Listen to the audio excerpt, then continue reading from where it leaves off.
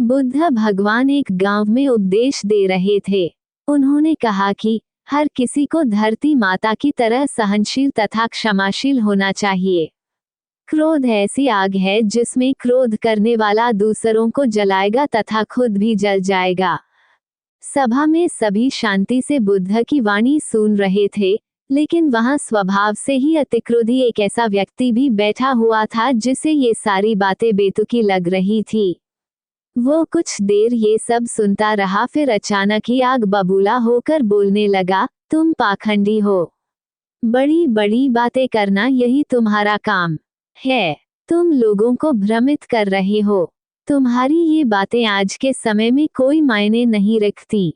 ऐसे कई कटु वचनों सुनकर भी बुद्ध शांत रहे। अपनी बातों से ना तो वह दुखी हुए, ना ही कोई प्रतिक्रिया की। ये देखकर वह व्यक्ति और भी क्रोधित हो गया और उसने बुद्ध के मुंह पर थूककर वहां से चला गया।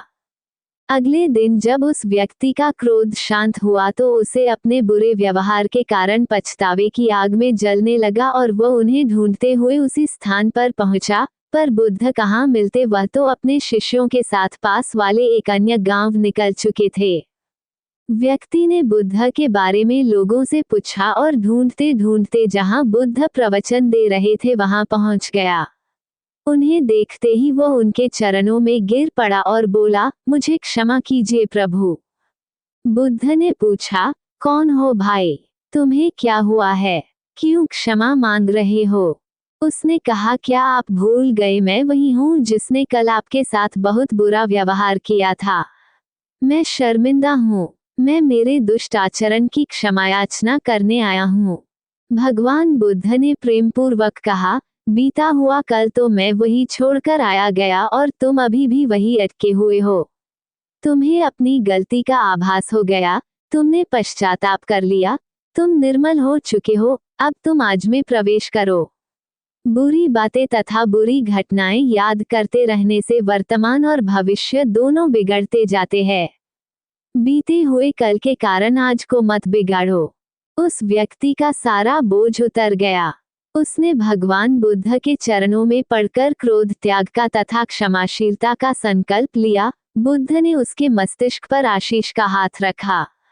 उस दिन से उसमें परिवर्तन आ गया और उसके जीवन में सत्य, प्रेम व करुणा की धारा बहने लगी। मित्रों, बहुत बार हम भूत में की गई किसी गलती के बारे में सोचकर बार बार दुखी होते और खुद को कोसते हैं। हमें ऐसा कभी नहीं करना चाहिए। गलती का बोध हो जाने पर हमें उसे कभी ना दोहराने का संकल्प लेना चाहिए और एक नई ऊर्जा के साथ वर्तमान को सुदृढ़ बनाना चाहिए। आज की कहानी यही तक है। आशा करता हूँ कि हमारी कहानी अच्छा लगा होगा। अगर आपको हमारी कहानी अच्छा लगा है तो वीडियो को लाइक कीजिए, शेयर कीजिए, सब्सक्राइब कीजिए और सेवा करने का मौका दीजिए। अगले वीडियो में मिलेंगे।